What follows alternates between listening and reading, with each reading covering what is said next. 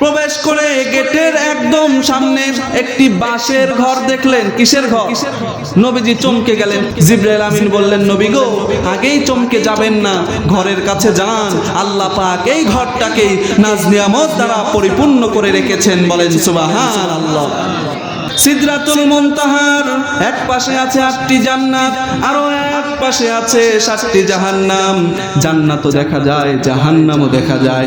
নবী আমার ডাক দিয়ে বলে, ভাই জিবরাইল, আমি তো জান্নাতও দেখি, জাহান্নামও দেখি, আমাকে একটু জান্নাতের কাছে নিয়ে যাও। জান্নাতটা কেমন আমি নবী দেখতে চাই। জিবরাইল আমিন বললেন, নবী গো, শুধু জান্নাতের কাছে নয়, আমার আল্লাহর কাছ থেকে আমি অর্ডার পেয়েছি আপনাকে পুরা জান্নাত ঘুরিয়ে দেখানোর জন্য। আল্লাহর নবী বিশ্ব নবী জান্নাতে প্রবেশ করলেন। প্রবেশ করে গেটের একদম সামনে একটি বাঁশের ঘর দেখলেন। কিসের ঘর? নবীজি চমকে গেলেন। কি ব্যাপার? আমি আমার উম্মতদেরকে শুনিয়েছি যে জান্নাতে গেলে সোনা দিয়ে বিল্ডিং তৈরি করা হবে, হীরা দিয়ে মণিমুক্তা দিয়ে বিল্ডিং তৈরি করা হবে, আর জান্নাতের গেটেই একটা বাঁশের ঘর, এটা কেমন কথা হলো? জিবরাইল আমিন বললেন, নবী গো, আগেই চমকে যাবেন না, ঘরের কাছে যান। আল্লাহ পাক এই ঘরটাকেই নাজ নিয়ামত দ্বারা পরিপূর্ণ করে রেখেছেন। বলেন সুবহানাল্লাহ। আল্লাহ নবী বিশ্ব নবী ঘরের কাছে গেলেন, চমকে গেলেন। ঘরটাকে আল্লাহ পাক এত চমৎকার ভাবে সাজিয়েছে, আল্লাহ রাব্বুল আলামিন এত সুন্দর ভাবে ঘরটা ডেকোরেশন করেছে। নবী আমার আল্লাহর শুকরিয়া আদায় করা শুরু করে দিয়েছে। আল্লাহ নবী বলেন, ঘরটা এত সুন্দর ভাবে সাজানো হয়েছিল, লক্ষ কোটি সোনা রূপার বিল্ডিং এর চাইতেও সুন্দর করে আমার আল্লাহ সেই বাঁশের ঘরটাকে তৈরি করেছে। সুবহানাল্লাহ। আল্লাহ পারে কি পারে না? আল্লাহ পারে। আল্লাহ ইট বালি দিয়েও সুন্দর করতে পারে, বাঁশ দিয়েও সুন্দর ঘর তৈরি করতে পারে। কথা বলেন ঠিক কি না? আল্লাহর নবী বললেন, ভাই জিবরাইল, এত সুন্দর ঘর, এত চমৎকার ঘর কার জন্য তৈরি করা হয়েছে? জিবরাইল আমিন ডাক দেয়া কয়, ইয়া রাসূলুল্লাহ, এই ঘরটা আপনার প্রিয়তমা স্ত্রী আম্মা জান খাদিজা রাদিয়াল্লাহু তাআলা আনহার জন্য তৈরি করা হয়েছে। নবী গো, আপনার স্ত্রী আম্মা জান খাদিজা রাদিয়াল্লাহু তাআলা আনহা কেমন মানুষ ছিলেন, শুধু আপনার কাছেই পছন্দের নয়, বরং আমার আল্লাহর কাছেও খাদিজা পছন্দের। সুবহানাল্লাহ। ইয়া রাসূলুল্লাহ, আপনি কি ভুলে গেছেন? আপনার বিপদের সময় আপনাকে সাহায্য করার মতো কেউ ছিল না। আপনার কাছে সবাই শুধু স্বার্থের জন্য আসতো, আপনাকে কেউ ভালোবাসতো না। আপনার সেই কঠিন মুহূর্তে আপনার প্রিয়তমা স্ত্রী তার সমস্ত সম্পদ আপনার পায়ের নিচে ঢেলে দিয়েছে। নবী গো,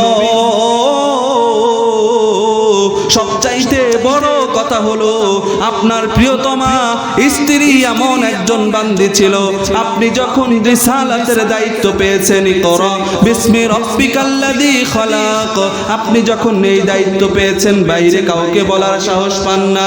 ইয়া রাসূলুল্লাহ, একমাত্র বিশ্বস্ত খাদিজার কাছে সর্বপ্রথম রিসালাতের ঘোষণা দিয়েছিলেন। আপনি বলতে দেরি হয়েছে, আপনার প্রিয়তমা স্ত্রী কালেমা পড়ে মুসলমান হতে দেরি করে নাই। সুবহানাল্লাহ। নবী গো, শুধু সর্বপ্রথম কালেমা পড়ে মুসলমান হয়েছে, এই জন্য আল্লাহ পাক খাদিজাকে এই পুরস্কার দান করেছে। বলেন সুবহানাল্লাহ। নবী আমার সামনের দিকে যাওয়া শুরু করলেন। কিছু দূর যাওয়ার পর আবারও একটি বাঁশের ঘর দেখতে পাই, সুন্দরভাবে চমৎকার ভাবে সাজানো। নবী আমার প্রশ্ন করলেন, ভাই জিবরাইল, এই ঘরটা কার জন্য তৈরি করা হয়েছে? আল্লাহর ফেরেশতা জিবরাইল আলাইহিস সালাম জবাব দেয়, ইয়া রাসূলুল্লাহ, আপনার একজন সাহাবী হযরতে উমরের জন্য আমার আল্লাহ ঘরটা তৈরি করেছে। সুবহানাল্লাহ বলে। নবী আমার বললেন, কেন, কি আমল করেছে উমর? আমি নবী জানতে চাই। জিবরাইল আমিন বলে, নবী গো, রিসালাতের দায়িত্ব পাওয়ার পরে 3টা বছর আপনি ঘর থেকে বাইরে বের হতে পারেন নাই, ঘরের বাইরে মানুষদেরকে দাওয়াত দেওয়ার সুযোগ আপনি পান নাই। মাত্র কয়েকজন সাহাবী ঘরের ভিতরে কালেমা পড়ে মুসলমান হয়েছে। ইয়া রাসূলুল্লাহ, ইয়া হাবিবাল্লাহ, 40তম সাহাবী হিসাবে হযরতে ওমর কালেমা পড়েছে।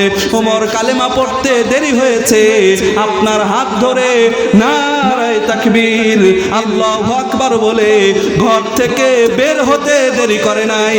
এই বিষয়টা আল্লাহর কাছে খুবই পছন্দ হয়েছে, যার কারণে আল্লাহ রব্বুল আলামিন পুরস্কার হিসাবে হযরতে ওমরকে এত চমৎকার বাঁশের তৈরি ঘর দান করেছে। উমরের ইসলাম গ্রহণের কাহিনী যদি শুরু করি সারা রাত পার হয়ে যাবে। এই চমৎকার কাহিনী বলে আমি বাগদাদে শেষ করতে পারবো না।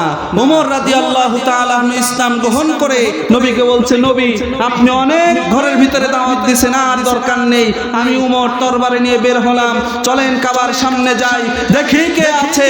আমি উমরকে বাধা দেয়, আমি উমর থাকতে আপনাকে কেউ আঘাত করার সাহস পাবে না। বলেন সুবহানাল্লাহ। বাংলাদেশে বর্তমানে এই সময়ে এরকম কিছু উমরের দরকার আছে না নাই? উমর নাই দেখে আজকে আমাদের এত ভয়।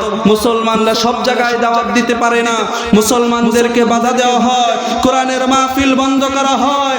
আজকে যদি বাংলাদেশে কিছু উমর থাকতো, কোন কুলাঙ্গার কোরআনের মাহফিলে বাধা দেওয়ার সুযোগ পেত না, কোন কুলাঙ্গার কোরআনের মাহফিল বন্ধ করে দিতে পারতো না। আজকে এরকম উমরের অভাব। আজকে যদি বীর সন্তানেরা জীবিত থাকতো, কোরআনের মাহফিল কেউ বাধা দিত না। সেই উমরের মতো বীর হয়ে মধ্যে মুজাহিদ হয়ে কোরআনকে রক্ষা করার জন্য যদি জীবন দেওয়া লাগে, বুকের তাজা রক্ত ঢেলে দেওয়া লাগে, কে কে রাজি আছেন? 2 হাত তুলে আল্লাহকে দেখা।